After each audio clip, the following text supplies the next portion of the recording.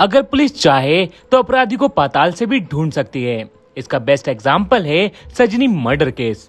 26 साल की सजनी नाम की एक महिला की हत्या 14 फरवरी 2003 को अहमदाबाद में हो जाती है। यह हत्या घर में लूटपाट के दौरान की गई थी। अभी पुलिस लूटपाट और हत्याकांड को सुलझा पाती कि अगले दिन इस महिला का पति भी लापता हो जाता है। अब पुलिस इस केस को और लापता पति को ढूंढने के लिए दिन रात एक कर देती है। मामले की गंभीरता को देखते हुए गुजरात के मुख्यमंत्री रहते हुए नरेंद्र मोदी पर्सनली इस केस में इंटरेस्ट लेते हैं और केस की जांच के आदेश देते हैं। फिर पुलिस इस केस को सुलझाने के लिए 6 साल के अंदर लगभग 1 लाख कॉल डिटेल्स की जांच करती है। हजारों लोगों से पूछताछ की जाती है। पुलिस की कई टीमें सालों तक एक अनजान शख्स की तलाश में लगा दी जाती हैं। फिर जो 15 साल की मेहनत के बाद खुलासा होता है, उसके बारे में जानकर हर कोई शॉक्ड रह जाता है। इस केस में पुलिस का काम इतना लाजवाब था कि अपराधी पुलिस से ये पूछने पर मजबूर हो गया था कि आप बस मुझे इतना बता दो कि आपने मुझे ढूंढा कैसे। पूरी सच्चाई जानकर आप भी हैरान रह जाएंगे। तो आखिर क्या हुआ सजनी मर्डर केस की पूरी कहानी में, चलिए जानते हैं सब कुछ इस वीडियो में। मगर उससे पहले अगर आप हमारे चैनल पर पहली बार आए हैं तो इसको जरूर सब्सक्राइब करें। 14 फरवरी 2003 की सुबह अहमदाबाद में रहने वाले ओके कृष्णन नाम के एक व्यक्ति की फोन की घंटी बजती है। ओके कृष्णन फोन उठाते हैं।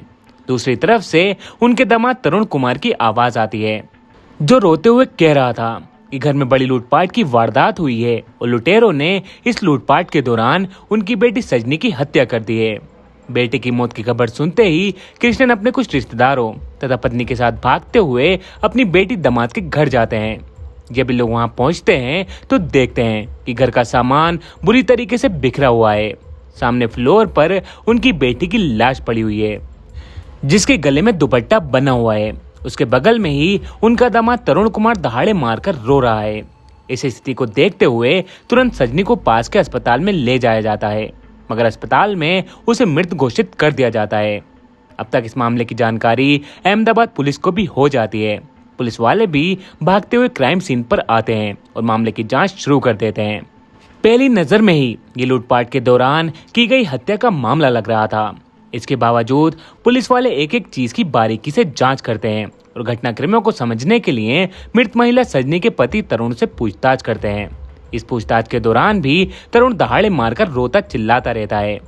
इस कारण पुलिस ज्यादा दबाव देकर उससे कोई पूछताछ नहीं करती, बल्कि शव को पोस्टमार्टम के लिए भेज दिया जाता है और आगे कार्रवाई शुरू कर दी जाती है। तरुण जरूर दहाड़े मारकर रो रहा था, मगर क्राइम सीन पर पुलिस के साथ मौजूद खोजी कुत्ता लगातार तरुण पर ही भौंके जा रहा था। खोजी कुत्ते की हरकत से लोगों के जहन में सवाल आने लगते हैं कि इस लूटपाट और हत्या में कहीं तरुण का ही हाथ तो नहीं। हालांकि तरुण की स्थिति को देखते हुए लोग तुरंत इस संभावना से इनकार कर देते हैं। कमाल की बात तो ये होती है कि जब तरुण को अंतिम बार हॉस्पिटल में सजनी को देखने के लिए लाया जाता है, तब भी खोजी कुत्ता उसी पर भौंकना शुरू कर देता है। यहाँ भी कुत्ते की हरकत को नजरअंदाज कर दिया जाता है और मामले की जांच बढ़ती रहती है। पत्नी की मृत्यु की वजह से तरुण की भी हालत ज्यादा खराब थी, इसलिए पुलिस उससे बहुत ज्यादा पूछताछ नहीं करती है। उसे भी अस्पताल में भर्ती करवाया जाता है। मगर घटना के अगले दिन यानी कि 15 फरवरी 2003 को अचानक से तरुण लापता हो जाता है। पुलिस तरुण का पता लगाने की कोशिश करती है, मगर तरुण का कहीं भी पता नहीं चलता। अब लोगों को खोजी कुत्ते के भौंकने का मतलब समझ में आने लगता है। लोग समझ जाते हैं कि सजनी की हत्या में जरूर तरुण का कोई हाथ था। अब पुलिस की कई टीम तरुण को खोजने में लगा दी जाती है, मगर तरुण का कोई अता पता नहीं लगता है। इसके बाद सजनी के माता पिता अपने दामाद तरुण पर ही अपनी बेटी सजनी की हत्या का मामला दर्ज करवा देते हैं। एफआईआर दर्ज होने के बावजूद पुलिस तरुण को खोजने में नाकाम रहती है। 2004 में सजनी के ससुराल पक्ष के कुछ लोगों का लाई डिटेक्टर टेस्ट भी किया जाता है, मगर पुलिस को बहुत ज्यादा कामयाबी नहीं मिलती। सजनी की हत्या 2003 में हुई थी और अब 2006 आ चुका था। जब पुलिस वाले सजनी के कातिलों को ढूंढने में नाकाम रहते हैं, तो अब सजनी के पिता इंसाफ मांगने गुजरात के तत्कालीन मुख्यमंत्री नरेंद्र मोदी के पास जाते हैं। पहली कई कोशिशों में ये नरेंद्र मोदी से मिलने में नाकाम रहते हैं, मगर किस्मत से इन्हें नरेंद्र मोदी से मिलने का मौका मिल जाता है। पूरी कहानी सुनाने के बाद नरेंद्र मोदी गुजरात के आला पुलिस अधिकारियों को बुलाते हैं और सजनी मर्डर केस की फाइलें दोबारा खोलकर जांच करने का आदेश देते हैं। इसी के बाद 2006 में एक बार फिर से इस केस की फाइल दोबारा खोली जाती है और फिर से जांच शुरू होती है। जांच की जिम्मेदारी तत्कालीन जॉइंट कमिश्नर AK शर्मा को दे दी जाती है। शुरुआती कुछ साल तक पुलिस को कोई कामयाबी नहीं मिलती, बस साल बदलते रहते हैं, यहाँ तक कि जांच अधिकारी भी बदल जाते हैं, मगर ना तो सजनी के कातिलों का और ना ही सजनी के पति तरुण का कहीं अता पता चलता है। 6 साल और बीत जाते हैं। अब साल आता है 2012। अब इस मामले की जांच DCP दीपन भद्रान के नेतृत्व में शुरू होती है। DCP दीपन बिल्कुल नए सिरे से इस केस की जांच शुरू करते हैं। सबसे पहले इस केस में शामिल एक शख्स के इतिहास भूगोल को खंगाला जाता है। ये टीम अपना पहला टारगेट सजनी के पति तरुण को ढूंढने का रखती है।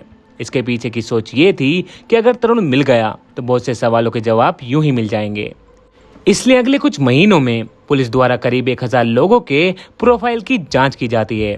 इतना ही नहीं, इन लोगों से जुड़े एक मोबाइल नंबर और उन मोबाइल नंबर पर आने जाने वाले कॉल्स की भी निगरानी की जाने लगती है और सभी नंबर की कॉल डिटेल्स भी निकाली जाती है। ऐसा अगले कई महीनों तक चलता रहता है और इस दौरान पुलिस की कई टीमें लगभग 1 लाख से ज्यादा मोबाइल नंबर्स की कॉल डिटेल्स निकालती है, मगर किसी भी नंबर का कनेक्शन तरुण नाम के व्यक्ति से नहीं निकलता है। शुरुआती नाकामी के बावजूद पुलिस वाले हिम्मत नहीं हारते और वो तरुण से जुड़े करीबी लोगों के नंबर पर अपनी पैनी नजर बनाए रखते हैं। खास तौर से तरुण की मां अनम्मा और तरुण के भाई के नंबर पर विशेष निगरानी की जाने लगती है। इसमें भी कई महीने बीत जाते हैं, मगर अनम्मा के मोबाइल पर एक भी ऐसा कॉल नहीं आता जो पुलिस वालों को तरुण तक पहुंचा सके। अब पुलिस वाले दूसरा तरीका अपनाने का फैसला करते हैं और अपना भेष बदलकर एक सामान्य व्यक्ति की तरह मंदसौर में रह रही तरुण की मां अनम्मा तक पहुंचते हैं और फिर यहाँ नाटक करके किसी तरह पेइंग गेस्ट के तौर पर रहने लगते हैं। यहाँ पुलिस का टारगेट था कि शायद अनम्मा के साथ पेइंग गेस्ट के तौर पर रहते हुए उन्हें तरुण का कुछ अता पता मिल सकता है। पुलिस को यहाँ पर ज्यादा कामयाबी नहीं मिलती है, मगर अनम्मा के कुछ पड़ोसी पुलिस को जरूर कुछ इंपॉर्टेंट इन्फॉर्मेशन देते हैं। दरअसल यहाँ गेस्ट के तौर पर रहते हुए जब पुलिस वाले पड़ोसियों के साथ अपना व्यवहार मधुर कर लेते हैं तो कुछ पड़ोसी पूछे जाने पर बताते हैं कि इस बूढ़ी अम्मा के 2 बेटे हैं, जिसमें से एक तो अहमदाबाद में रहता है जबकि दूसरा बेटा कहीं साउथ इंडिया में रहता है। पुलिस के लिए छोटी मगर काफी महत्वपूर्ण जानकारी थी। इसके बाद अब पुलिस वाले अपनी पूरी निगरानी अनम्मा पर ही बनाए रखते हैं। जांच में सामने आता है कि अनम्मा बीच बीच में केरल भी जाती हैं। जब पुलिस वाले अपनी लगातार निगरानी अनम्मा पर बनाए रखते हैं तो उन्हें पता चलता है कि केरल जाने के बाद तरुण की मां बेंगलोर भी जाती हैं। अब पुलिस इस सवाल का जवाब ढूंढने में लग जाती है कि आखिर अनम्मा के बेंगलोर जाने के पीछे क्या वजह है। इस बात का जवाब तलाशने के लिए पुलिस वाले अब अनम्मा के मोबाइल नंबर को सर्विलेंस पर डाल देते हैं और इस पर आने जाने वाले एक नंबर की डिटेल्स खंगालना शुरू कर देते हैं।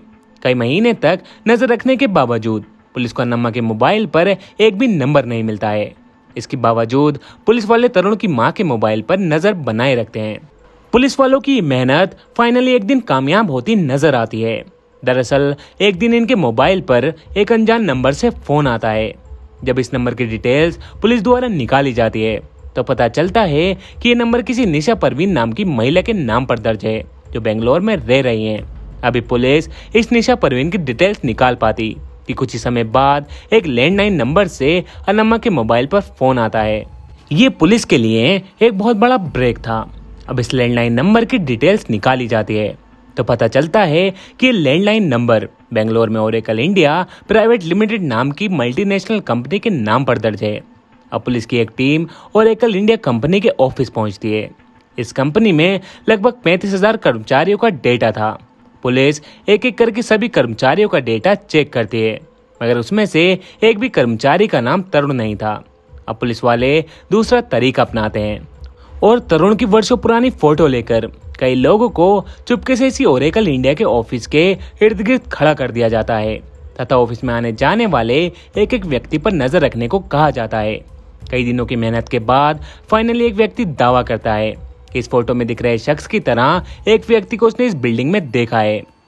अब पुलिस वाले जब उस तरुण जैसे दिखने वाले व्यक्ति का डिटेल कंपनी से पता करती है तो कंपनी की ओर से कहा जाता है कि पुलिस जिसे तरुण बता रही है असल में वो ओरेकल इंडिया के एग्जीक्यूटिव परवीन भटेल हैं।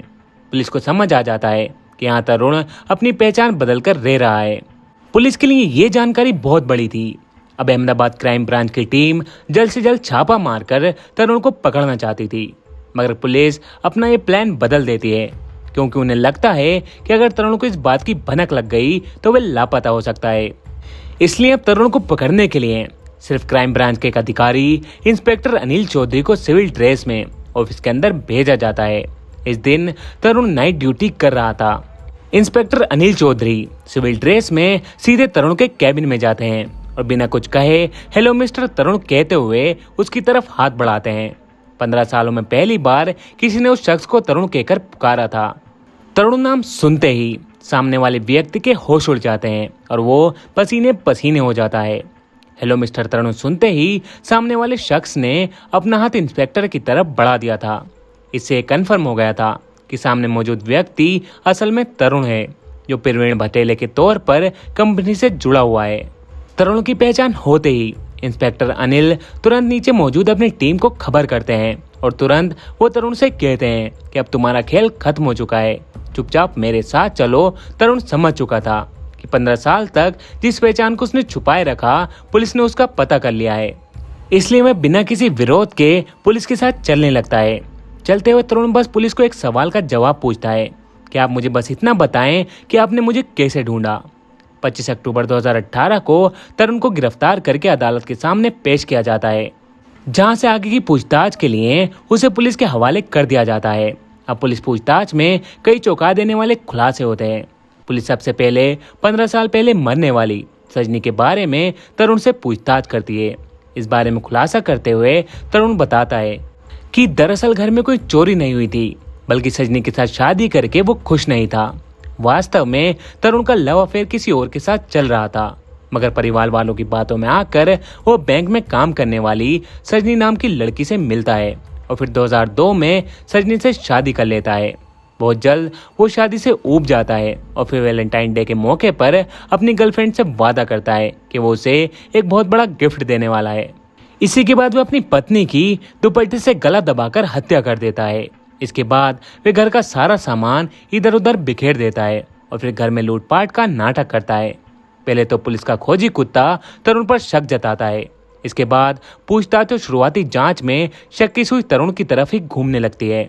इस कारण मौके का फायदा उठाकर अगले दिन तरुण वहां से भाग जाता है। वहां से भागने के बाद वह अपनी गर्लफ्रेंड के पास जाता है और उससे कहता है कि मैंने अपनी पत्नी की हत्या कर दी है और अब मैं तुमसे शादी करूंगा। इतना सुनते ही गर्लफ्रेंड धक्का देकर तरुण को वहां से ये कहते हुए निकाल देती है कि मैं किसी हत्यारे से शादी नहीं कर सकती। तरुण के खुलासे के मुताबिक इसके बाद वे भोपाल में रह रहे अपने एक दोस्त प्रवीण भटेले के पास जाता है। प्रवीण भटेले कॉलेज के दिनों में तरुण का जूनियर हुआ करता था। यहाँ आकर तरुण प्रवीण को बताता है कि उसे बिजनेस में बहुत ज्यादा नुकसान हो गया है। अब उसके पास ना घर है, ना पैसा है और ना ही कोई जॉब है, इसलिए उसे कोई काम दिलाए। इस दौरान वो चुपके से प्रवीण के सभी डॉक्यूमेंट्स और कॉलेज के सर्टिफिकेट स्कैन कर लेता है। तरुण डॉक्यूमेंट में प्रवीण की जगह अपनी फोटो लगाकर खुद ही प्रवीण भटेले के तौर पर जीने लगता है। इन्हीं फर्जी कागजों का इस्तेमाल करते हुए तरुण प्रवीण भटेले के नाम पर पासपोर्ट समेत दूसरे सरकारी डॉक्यूमेंट भी बनवा लेता है। कुछ समय तक वो इधर उधर समय बिताता है और फिर 2012 में बेंगलुरु चला जाता है, जहां वो प्रवीण के डॉक्यूमेंट के दम पर ओरेकल इंडिया प्राइवेट लिमिटेड में एक अच्छी नौकरी हासिल कर लेता है। इस नौकरी के बदले कंपनी से उसे 22 लाख का सालाना पैकेज भी मिलता है। और तो और कंपनी की ओर से ये 3 बार अमेरिका के दौरे पर भी जाता है। कमाल की बात तो ये थी कि ये सब कुछ ये फर्जी दस्तावेजों के दम पर कर रहा था, मगर कभी भी पकड़ा नहीं गया। 2012 में प्रवीण की मुलाकात निशा नाम की एक लड़की से होती है। कुछ ही दिनों की मुलाकात के बाद प्रवीण निशा को बताता है कि एक एक्सीडेंट में उसके माता पिता की मौत हो गई थी। तरुण की बनी बनाई कहानी सुनकर निशा तरुण के प्यार में पड़ जाती है और फिर दोनों शादी कर लेते हैं और बेंगलोर में ही एक लग्जरी अपार्टमेंट में रहने लगते हैं। शादी के बाद जब कभी तरुण के माता पिता बेंगलोर आते थे तो तरुण निशा से कहता था कि उसके चाचा और चाची हैं। समय के साथ साथ तरुण और निशा 2 बच्चों के माता पिता भी बनते हैं। इन सभी खुलासों के बाद तरुण को गिरफ्तार करके जेल भेज दिया जाता है। फिलहाल वो जेल में ही है। इस मामले में तरुण की पत्नी निशा से भी पूछताछ की जाती है तो निशा बताती है कि वो इस शख्स को केवल प्रवीण भटेले के तौर पर जानती है।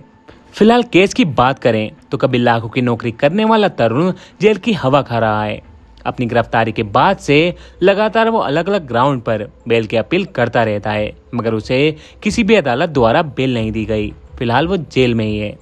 जब अहमदाबाद पुलिस ने इस केस को सॉल्व किया था तो देश में जमकर अहमदाबाद पुलिस की प्रशंसा हुई थी। तो दोस्तों, ये थी सजनी कृष्णन मर्डर केस की पूरी कहानी। मैं उम्मीद करता हूँ आपको ये कहानी जरूर पसंद आई होगी। अगर कहानी पसंद आई है तो इसको लाइक और कमेंट करके जरूर बताएं, और आगे ऐसी कहानियों के लिए आप हमारे चैनल को सब्सक्राइब भी कर सकते हैं।